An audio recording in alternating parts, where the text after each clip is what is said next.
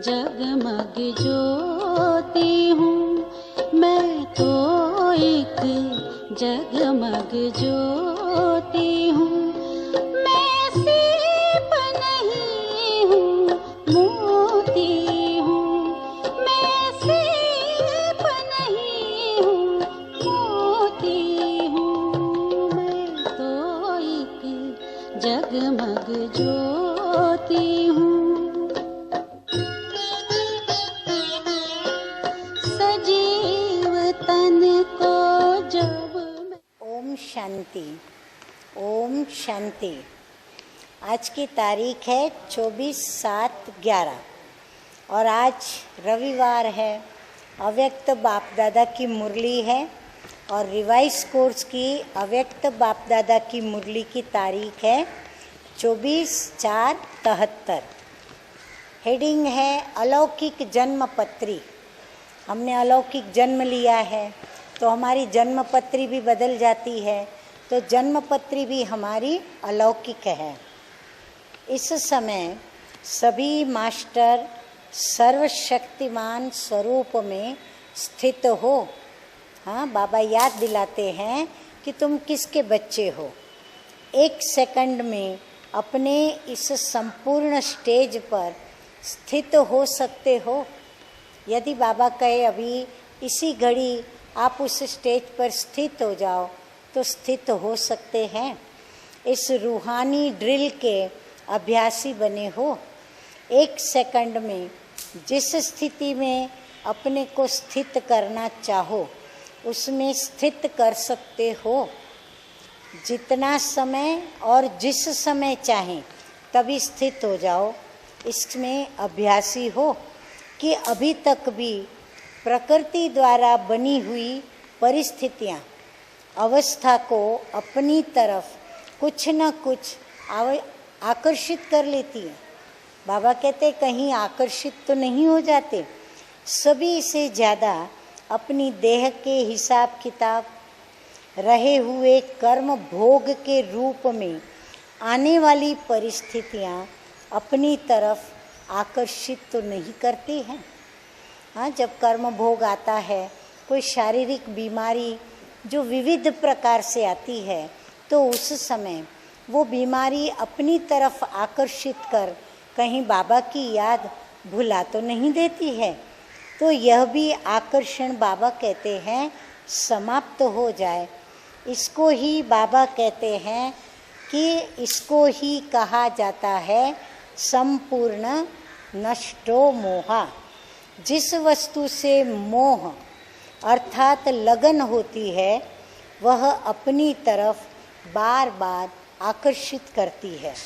कोई भी देह की व देह के दुनिया की परिस्थिति स्थिति को हिला न सके।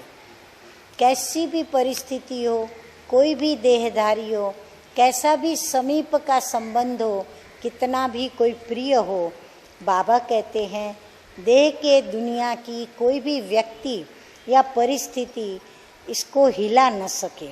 इस स्थिति का ही गायन हुआ है।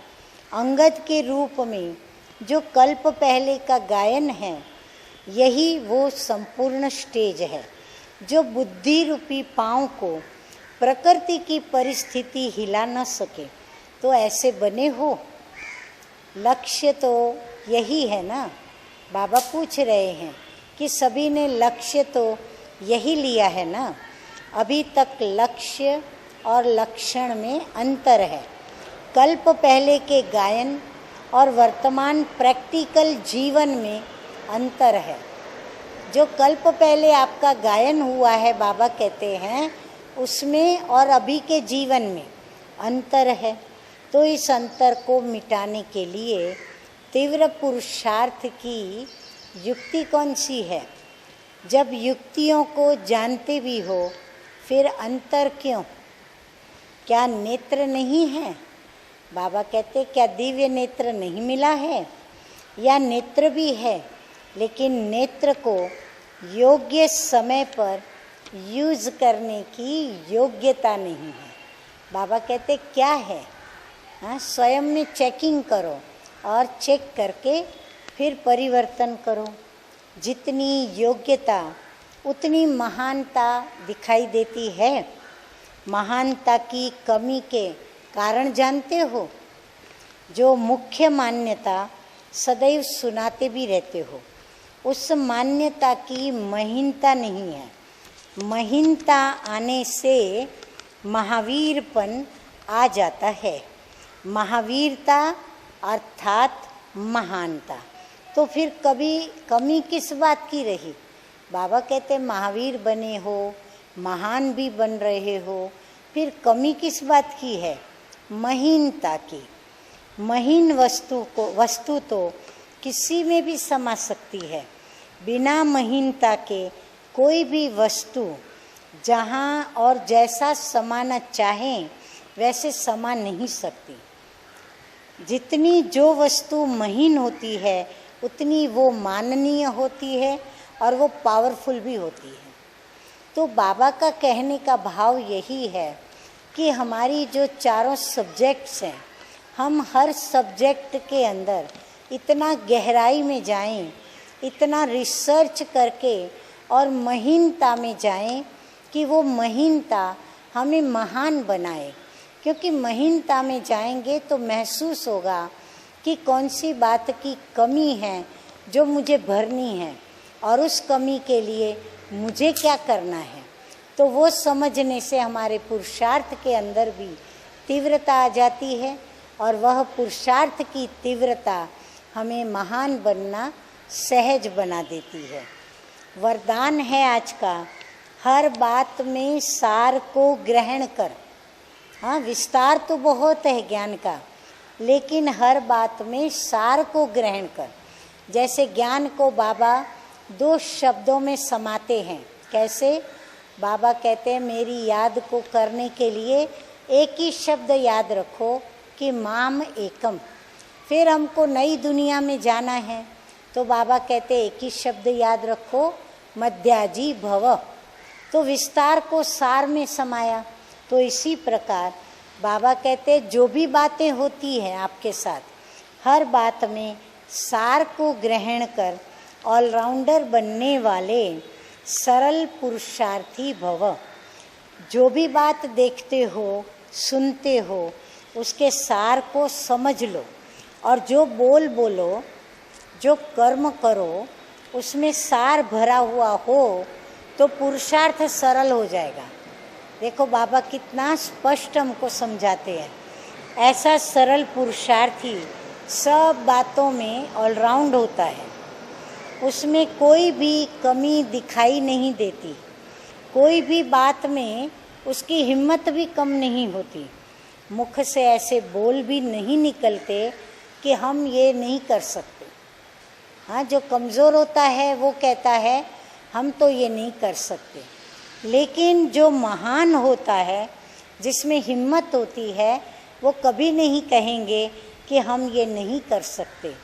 तो ऐसे सरल पुरुषार्थी स्वयं भी सरल चित्त रहते हैं और दूसरों को भी सरल चित्त बना देते हैं। स्लोगन है आज का, साधन यूज़ करते उनके प्रभाव से न्यारे और बाप के प्यारे बनो। हाँ, साधन तो हमें विज्ञान ने अनेक दिए हैं, परंतु ऐसा ना हो कि कल को वो साधन हमारे पास ना हो तो हमको उस साधन के बगैर जीना आवे ही नहीं, चलना आवे ही नहीं।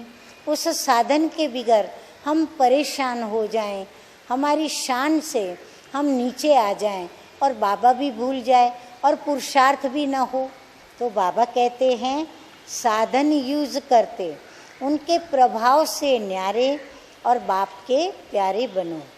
मनसा सेवा के लिए स्वमान की पॉइंट, मैं आत्मा ब्रुकुटी में चमकता हुआ हीरा हूँ।